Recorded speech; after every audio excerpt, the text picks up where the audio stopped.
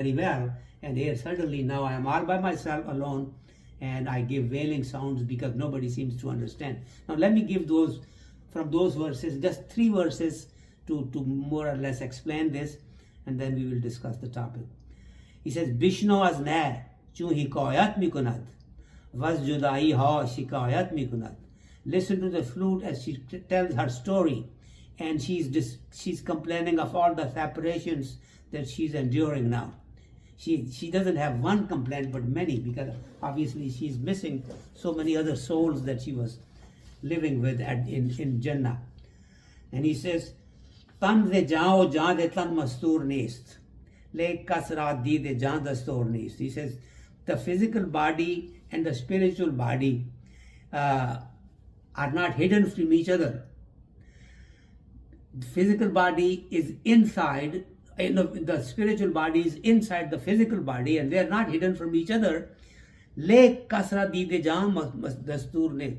But he says, for the people, it's not easy, or it's not something that is ordinarily done, that people can automatically see their spiritual body. He says the constitution of human body is such that it's not necessary to see your spiritual being to live your life. So that is not the dastur, that's not the constitution, and people, it's up to them whether they want or they don't want. And most of the people, they do not look inside, and they don't even know that they have a spiritual being. Again, he says, although your spiritual being is not hidden from your physical being, they are not hidden from each other, and yet people are not used to looking inside to find their spiritual being. Beautiful. Then he said, Do dahan darem goya ham chune. Do dehan darem goya ham chune. Yak dehan pinhanas that love highway. He says, we also have two mouths, he's saying.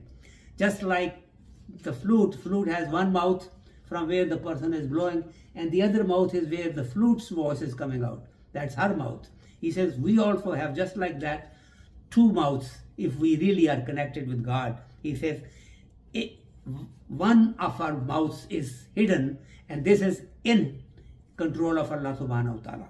That love high. He says just like the flute's upper mouth is in the control of the one who is blowing that flute, similarly we have that ability that the other side can be connected to Allah subhanahu wa ta'ala, but we have to really try for it, work on it.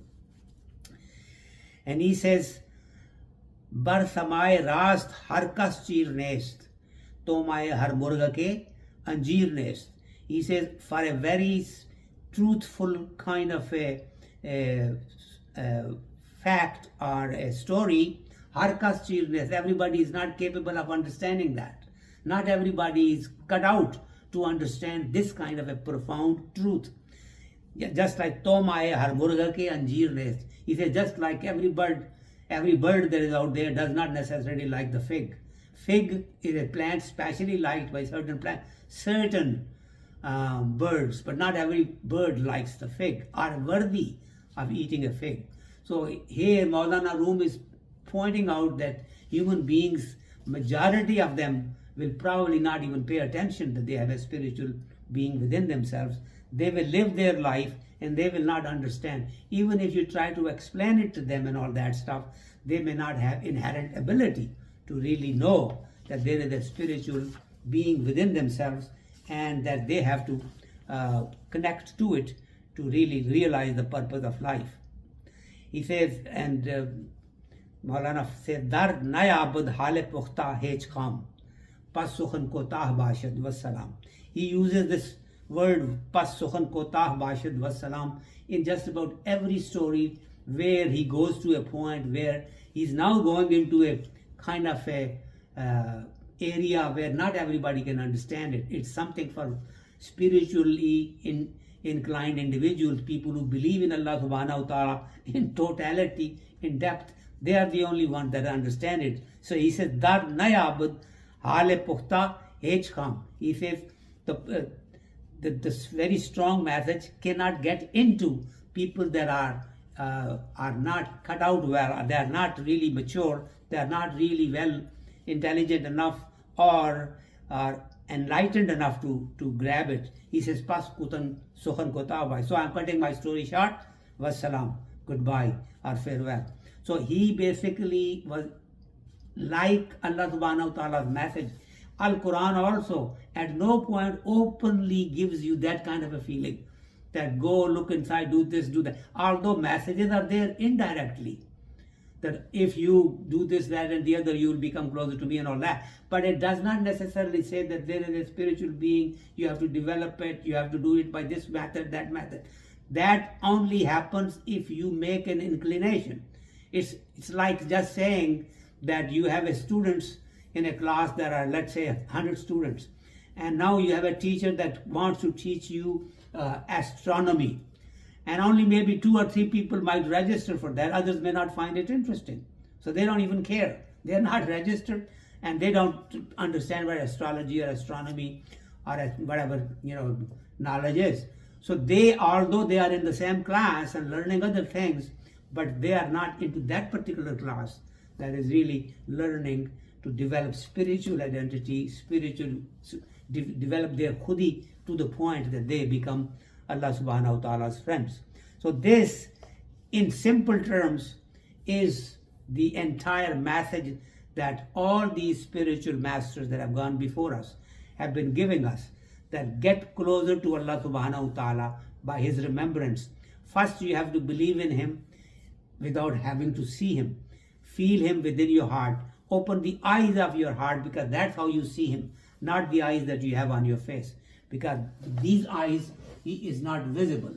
So I'll stop it here now, basically because I think with the explanation that we have given in the past about what insan is, what ishq is, what ilm is, and all that, now I think putting this in simple form and summation in this kind of a form today, now you may ask how to develop your khudi.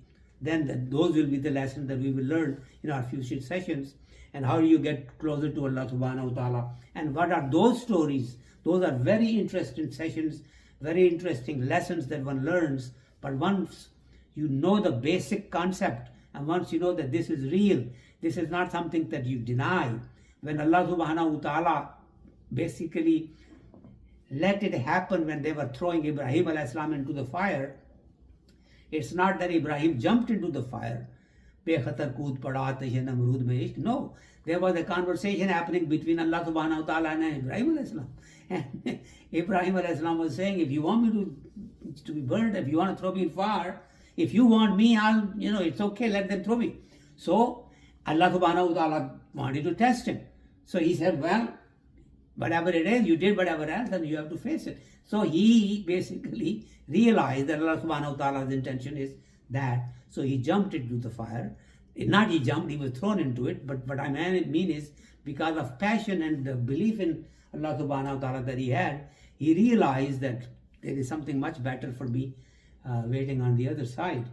And he took that, and we all know what happened after that. Similarly, whatever discourse was happening, people that do not believe in Allah subhanahu wa ta'ala without seeing Him cannot comprehend that.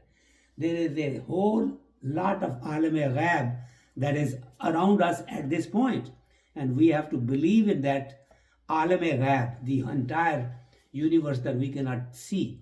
That alam-e-ghaib is conducting itself, and to connect to that, there are methods to do it. And may Allah subhanahu wa ta'ala give us the wisdom to believe in it without having to see it, and then travel through it and get closer to Him. Jazakumullah khair. I'm now open for any question. Brother Hakeem, do you have any question?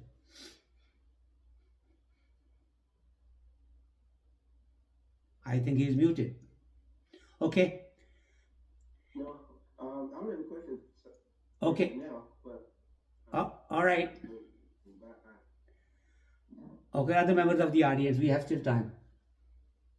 Or you can comment on your story, even if you don't have any question, any comment on this topic, that would be great. Yeah, and as you said, I like the points that you made in terms of, yes. Can you hear me? Yeah, I can hear you. Go ahead.